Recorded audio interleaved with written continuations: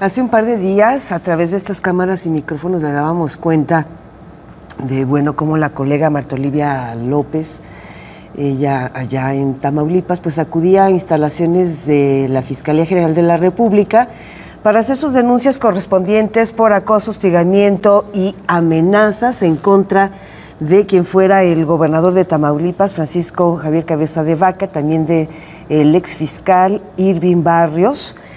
Y lo que ella hizo fue publicar un reportaje sobre un supuesto rancho del exgobernador en donde se encontró una fosa clandestina y también pues como una especie de un campo de exterminio.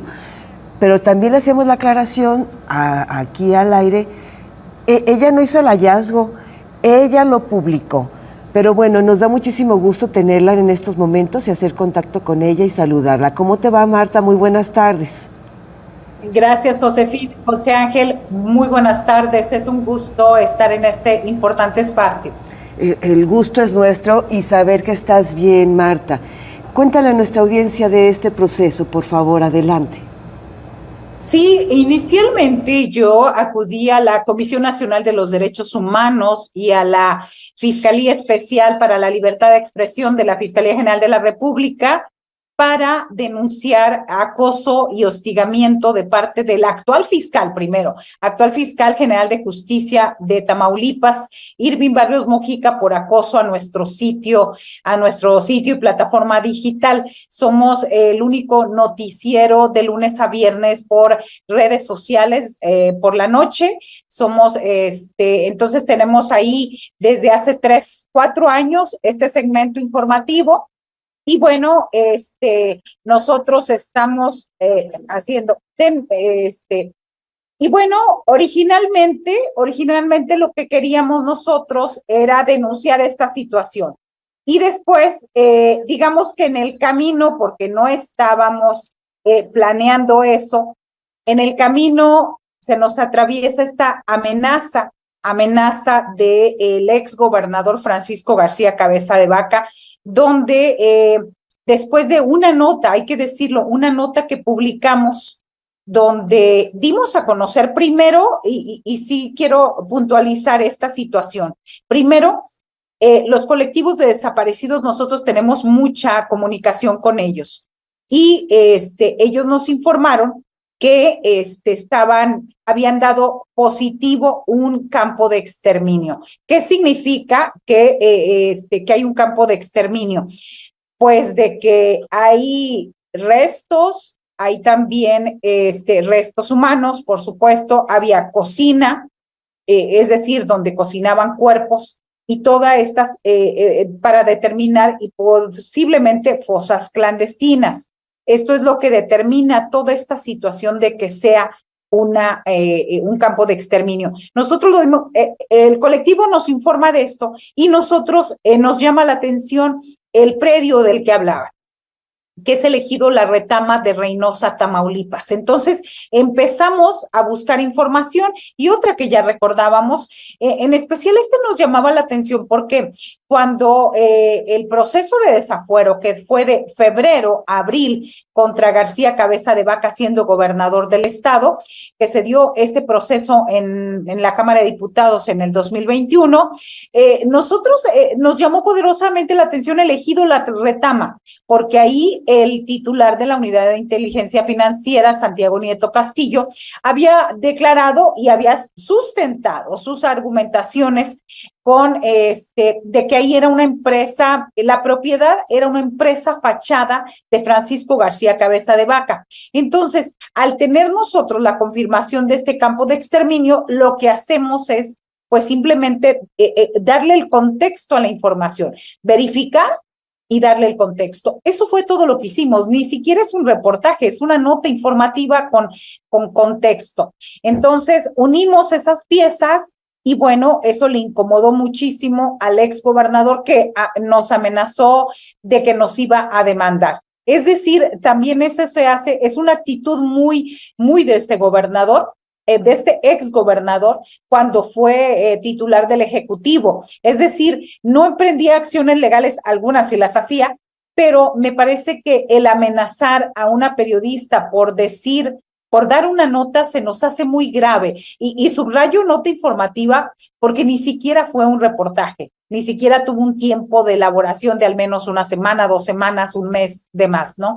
Entonces, ¿en qué va? Pues yo estoy pidiendo tanto a la CNDH, en el caso del fiscal, que es un fiscal llamado fiscal carnal de Cabeza de Vaca, él lo dejó, primero como Procurador General de Justicia y luego que pasa a ser Fiscalía, lo deja como fiscal. Y es quien ha protegido los intereses de este exgobernador panista.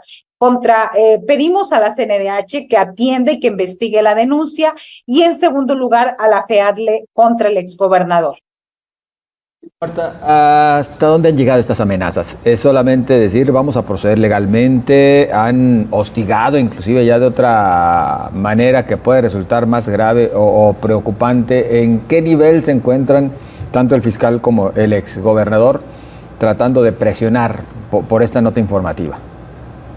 Sí, a veces pareciera que quisiéramos no dimensionar la gravedad del asunto, pero claro, cuando hablamos, por ejemplo, que en Tamaulipas todo el Poder Judicial está en manos de panistas al servicio de García Cabeza de Vaca, que hay que decirlo, es prófugo de la justicia, no entregó el poder el 1 de octubre del 2022. Él huyó días antes para no entregar el poder, molesto porque su partido perdió. Entonces, se le gira una orden de aprehensión, no puede pisar suelo mexicano porque se ejecuta esa orden de aprehensión. Y entonces él tiene al Poder Judicial en sus manos, tiene al fiscal y a la fiscalía y todo el aparato en sus manos. Tiene a las policías que aunque ya cambiaron de nombre, siguen siendo los mismos elementos de los grupos operativos especiales y de las policías estatales. Aunque hayan cambiado de nombre, siguen siendo los mismos. Imagínense el temor o ante esta circunstancia de lo que pueda pasar. Y yo había dicho, es una amenaza, no la ratificaron, no la hicieron, estamos en espera de que la hagan esta denuncia, aunque me parece que no hay elementos o argumentos para demandarme, pero bueno, están obviamente en su derecho. Esa es una. Nosotros hemos seguido con la cobertura de estos hechos, de toda la información que hacemos. Ayer tuvimos un episodio de acoso precisamente en el municipio de Reynosa. Acompañamos a un colectivo de búsqueda y casualmente nos fuimos por unas brechas donde nos dijeron que era seguro y había ahí ponchallantas y había gente del crimen organizado. Ellos no se enteran porque sí, ellos no actúan porque sí, actúan porque alguien los está mandando a actuar. Y a pesar de que el Mecanismo Federal de Protección a Periodistas nos ha enviado guardia y custodia, entendemos que García Cabeza de Vaca está muy molesto. Yo pensé que incluso, compañeros, José Ángel, Josefina, yo pensé que esta ya era una nota para mí, para nosotros que nos desenvolvemos en los medios, como una nota pasada. Sin embargo, el episodio de ayer, hace 24 horas, que no lo he notificado oficialmente porque estoy todavía entre la incertidumbre y la molestia y también la frustración. ¿Cómo es posible que alguien como este personaje siga tan libre, siga tan tranquilo y siga amedrentando? Así es. Terrible, tremendo, prófugo de la justicia. Y oye, Marta, además, nada más y nada menos el encargado de hacer el proyecto de seguridad a Xóchitl Gálvez, quien es la candidata de PRIAN-PRD y Claudio X González y lo que queda de todos ellos, es así como inconcebible. Entendemos que ella ha acudido a la Fiscalía General de la República para no acudir a su fiscalía, porque lo dices bien, pues está pues del lado de esta agrupación. Desafortunadamente, Marta, se nos viene el tiempo encima. Tenemos menos de un minuto, nos dices que cuentas con protección, ¿qué más pedirías tú? ¿Qué le dirías en estos momentos, no sé, por ejemplo, precisamente a un Francisco Cabeza de Vaca? ¿Y cuál es tu sentir, Marta? Perdón, son muchas preguntas y poquito tiempo, pero adelante. Yo sé, nosotros hicimos una editorial y dijimos, no nos van a callar. no nos van a callar porque esto es lo que hacemos. Me han preguntado que si he decidido dejar el periodismo, cambiarme de ciudad. ¿Por qué nosotros, los comunicadores, los reporteros, por qué tenemos que dejar? Cuando si vivimos en un estado de derecho, los que infringen la ley, los que son acusados de delincuencia organizada y de crimen organizado, tienen que ser de lavado de dinero, de asociación delictuosa, tienen que rendir cuentas y para que este país avance, se tiene que terminar la impunidad.